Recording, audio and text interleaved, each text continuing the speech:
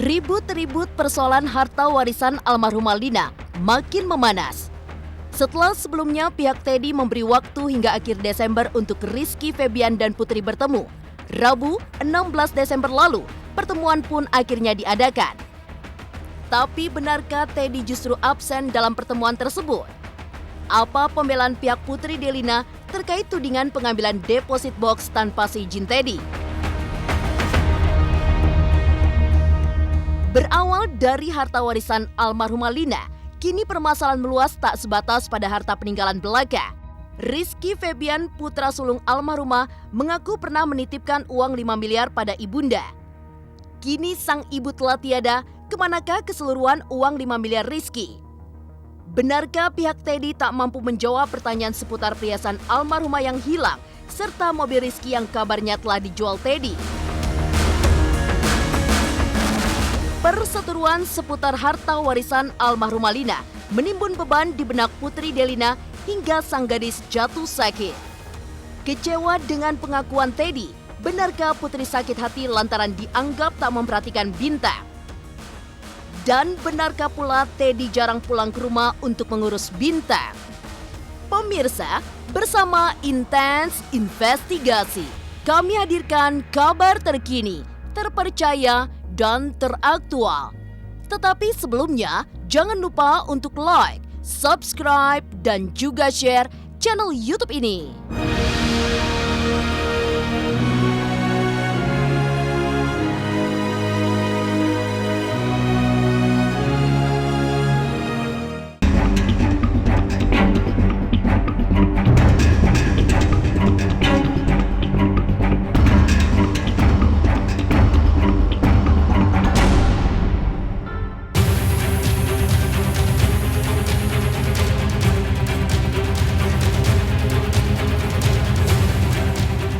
Polemik harta warisan yang ditinggalkan almarhumah Lina Jubaidah masih menjadi masalah yang belum terselesaikan antara Teddy dan anak-anak almarhumah Rizky Febian dan Putri Delina. Setelah mengaku undangannya tak pernah dipenuhi pihak Rizky, maka Rabu 16 Desember lalu, Rizky Febian beserta kuasa hukum menjawab undangan pihak Teddy. Sayangnya, dalam pertemuan tersebut, Teddy yang seharusnya menjadi tokoh utama dalam ribut-ribut masalah harta warisan justru tak hadir. Padahal Rizky dan Putri telah berusaha mengosongkan waktu luang di tengah jadwal kerjaan yang sangat padat.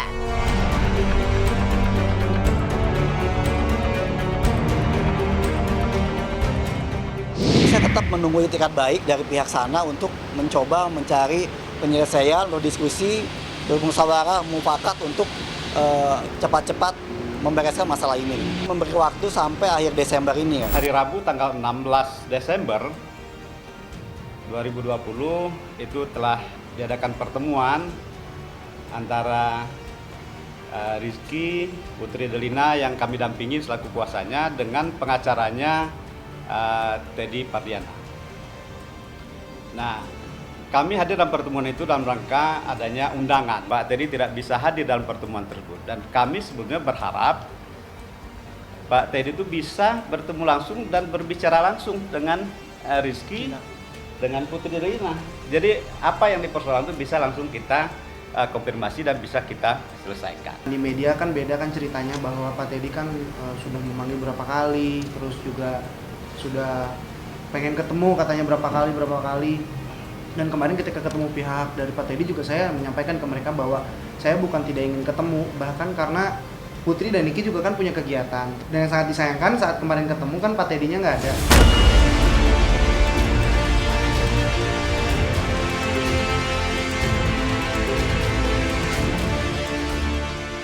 Absennya Teddy menjadikan permasalahan seputar harta warisan almarhumah Lina semakin panjang. Ya, ketidakhadiran Teddy membuat kedua belah pihak tak mendapat kejelasan lantaran tak ada konfirmasi empat mata secara langsung. Pasalnya, soal harta warisan ini sebelumnya Teddy mengaku telah diambil Putri tanpa sepengetahuannya. Kenyataannya, surat kuasa justru telah diberikan Teddy pada Putri.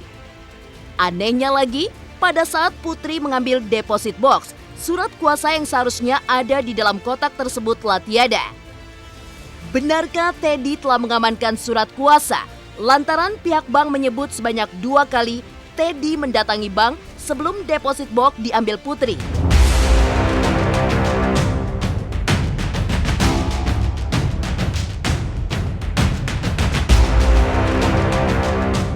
Kalau omongan sih nggak ada, tapi pas udah diambil baru Teh Putri nge-text bahwa semua deposit yang ada sama file semua sama harta gono gini datanya itu udah diambil semua gitu. Jadi nggak ada omongan sama sekali. Pihak ahli waris lain mengambil tanpa pemberitahuan saudara Teddy. Nah itu yang disayangkan sebetulnya. Permasalahan yang deposit bank itu, aku kemarin ngobrol sama Putri bahwa memang ketika saat dulu ketemu dengan Pak Abdurrahman itu memang dia sudah ngasih sama surat kuasanya juga. Dan sebelum Putri ada kegiatan untuk datang ke bank, ke tempat deposit itu tuh, dari pihak bank bilang sudah ada 2 kali aktivitas Pak Teddy datang ke bank tersebut. Dan untuk menanyakan perihal surat kuasanya, ketika penyerahan pun surat kuasa itu sudah ada di surat-surat itu ya. Dan otomatis di dalam safety box. Setelah Putri ada kegiatan ke sana, ternyata di safety box itu yang namanya surat kuasa itu tidak ada. Itu satu yang pastinya juga jadi pertanyaan buat kita. Jadi kami tegaskan bahwa tidak ada perbuatan melawan hukum yang dilakukan oleh Putri Delina. Jadi penegasannya itu harta-harta itu adalah harta almarhum yang dibeli oleh Kang Sule ya. Sekali lagi, harta-harta tersebut adalah dibeli semasa pernikahan dengan Kang Sule dan hasil jerih payah dan keringatnya Kang Sule. Yang diperuntukkan buat anak-anak. Bukan sama sekali harta yang diperoleh sama pernikahan dari Pak Teddy dengan almarhum Lina. Ini harus kita tegaskan gitu ya, biar nanti nggak keliru. Nah, biar masyarakat juga bisa memahami dan bisa menilai gitu. Apakah salah tindakan Putri Delina mengamankan hak dari harta-harta yang memang diperuntukkan buat anak-anak.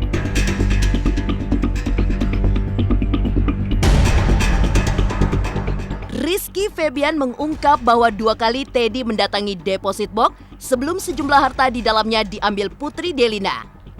Lantas apa kata Rizky Febian terkait harta almarhumah Lina yang satu persatu tak jelas keberadaannya? Pemirsa Intens Investigasi, jangan lupa untuk like, subscribe, dan juga share channel YouTube ini. Halo, jangan lupa saksikan Intens Investigasi di YouTube. Jangan lupa untuk like, komen, dan juga subscribe.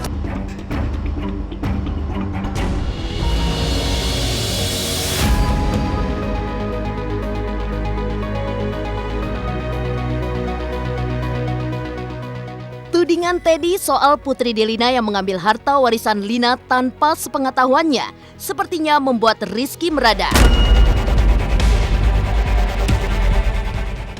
Ya, diam bukan berarti tak bergerak. Sekalinya muncul, Rizky Febian langsung menyodorkan sejumlah pertanyaan seputar aset serta mobil miliknya yang kabarnya telah dijual Teddy.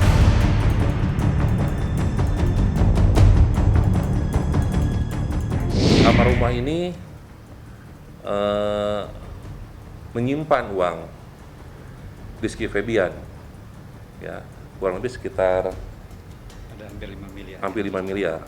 Nah, ini akan kita pertanyakan, kemana uang ini? Ya, jadi dulu itu saya berawal dari 2015 itu ketika aku merintis masuk ke dunia entertain. Iki kan niatkan diri untuk tidak fokus ke materi saat itu. Akhirnya aku fokus untuk masa depan, aku taruh di mama semuanya. Dan memang saat itu aku percayakan ke mama karena waktu itu kan memang belum ada masalah apapun ya.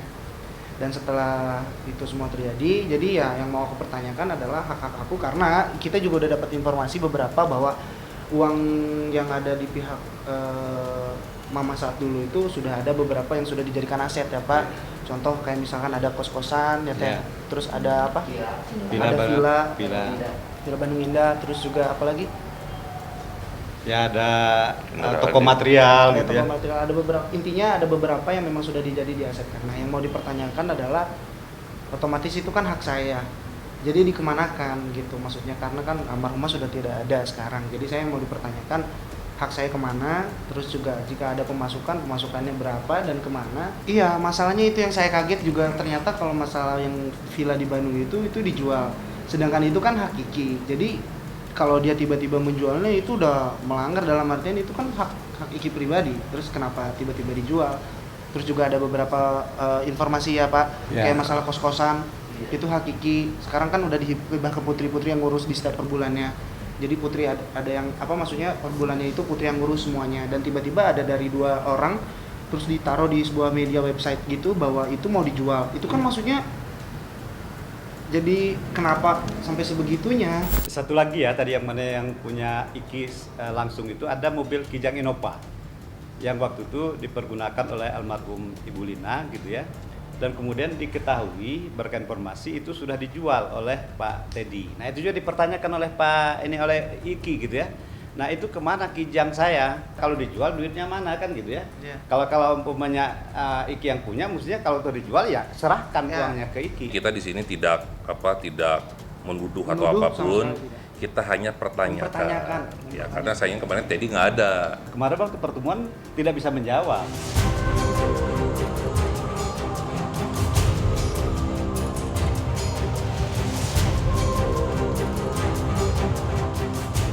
Pemirsa Intens Investigasi, masih teringat jelas di saat-saat awal nama Teddy mulai mencuat, terdengar kabar seputar kasus menghilangnya sejumlah perhiasan milik Lina serta ibunda almarhumah yang ditaruh di dalam sebuah gentong.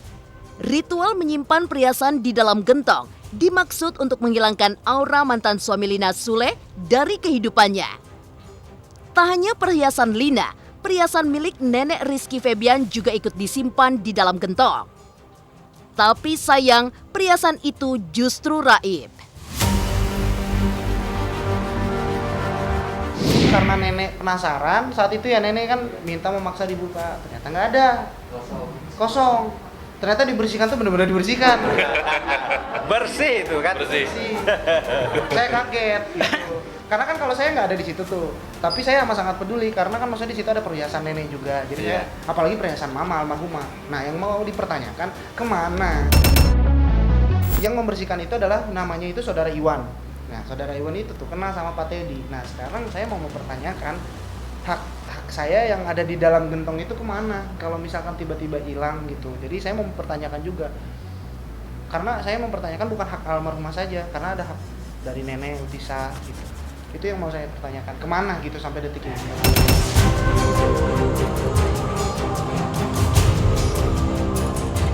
Satu persatu pertanyaan Rizky tak mampu dijawab pihak Teddy. Tuding Putri Delina dan Rizky Febian tak memperhatikan Bintang. Benarkah sebenarnya Teddy lah yang jarang mengurus Bintang? Pemirsa Intens Investigasi, jangan lupa untuk like, subscribe, dan juga share channel YouTube ini. Hai, jangan lupa untuk nonton Intens Investigasi di YouTube. Jangan lupa like, komen, dan juga subscribe.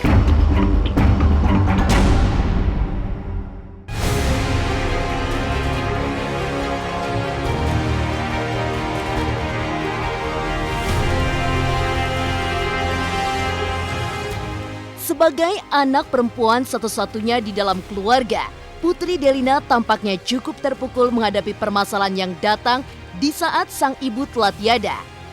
Ada rasa kecewa, juga sakit hati, hingga fisik pun tergilas oleh beban pikiran yang terus menghantui. Dituding membawa kabur harta warisan ibunda yang sewajarnya adalah milik anak-anak oleh Teddy, membuat Putri pun terbebani. Sungguh tak disangka, pria yang pernah hidup bersama sang ibu yang ia panggil Om, menuduh dirinya membawa kabur harta warisan. Kalau kekecewaan pasti ada ya, karena kenapa tidak bisa diobrolin atau nggak dibicarakan secara baik-baik gitu. Karena kan mereka berkoar-koar juga di media bahwa katanya kita ini masih keluarga, katanya tuh, bahwa apalagi ada ikatan dari Dede Bintang. Tapi yang sangat disayangkan juga mereka berkoar-koar di media dengan menurut saya beberapa statement dari mereka yang memang kurang pas dan menurut saya tidak seperti itu adanya gitu. Kayak contoh dengan pembahasan ke Putri bahwa Putri apalah gitu, Putri mengambil terus dengan bahasa-bahasa yang kurang mengenakan ya dari pihak lawyernya. Jadi menurut saya amat sangat disayangkan, apalagi ada bahasa kemarin dari pihak mereka bahwa katanya Kang Sule seharusnya tidak ada urusan lagi karena dia sudah ex, jadi nggak perlu harus ikut campur. Sekarang secara logika Putri kan anaknya, sekarang seorang ayah kalau misalkan melihat anaknya diapa-apain, apalagi seorang perempuan, ya pasti marah, ya pasti melakukan maksudnya apa kewajiban untuk menjaga putrinya gitu maksudnya. Sedangkan yang diserang kan Putri gitu, kasihan sampai kemarin kita ketemu dengan pihak mereka aja Putri itu dalam kondisi sakit pikiran lah pasti lah, karena kan namanya kepikiran mungkin gara-gara itu. Itu. Sempat jatuh sakit kemarin Kang Sule. Itu karena kecapean aja. Saya sebagai orang tua ya mestinya ya perlu tahu dong tentang hal ini. Cuma saya nggak ikut campur. Putri anak saya, masa ada kaitannya dengan saya nggak dijawab.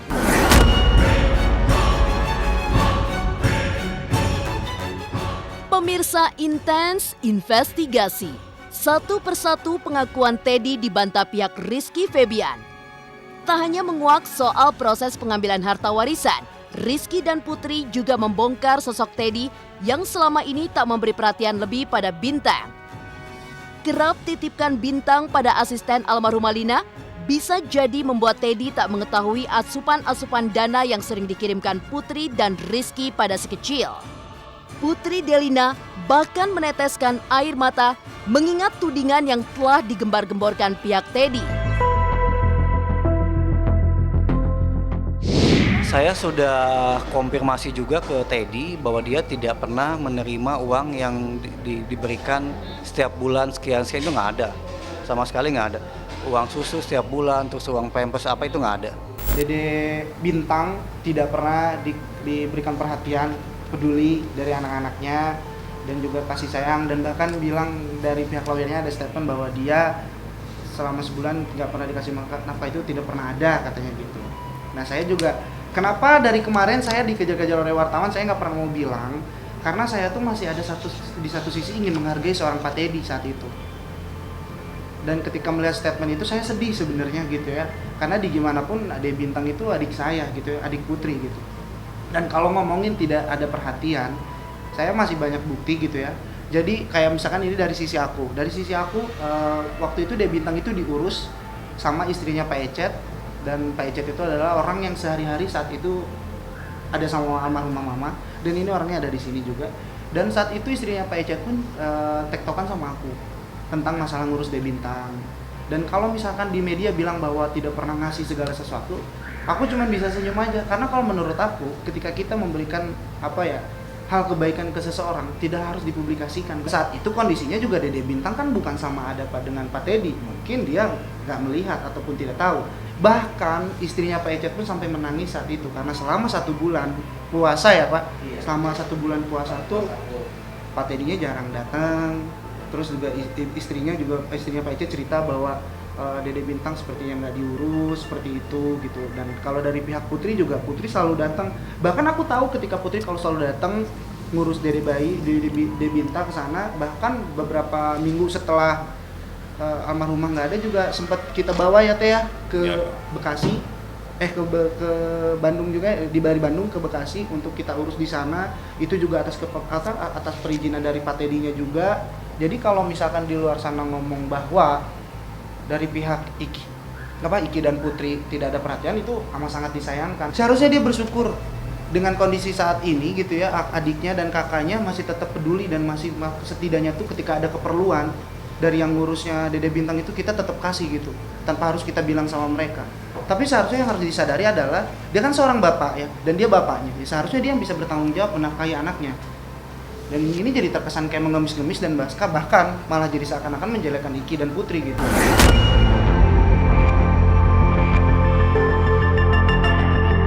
Saya minta juga ke Putri untuk mau popok, mau susu dan semua itu ke Putri. Bahkan Putri juga bilang kalau misalnya ada apa-apa langsung minta ke Putri. Dan Om itu kayaknya emang nggak tahu sama sekali.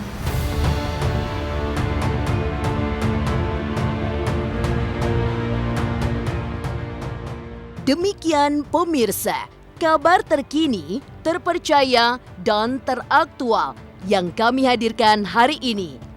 Saksikan terus Intens Investigasi setiap hari Senin sampai dengan Jumat hanya di YouTube channel.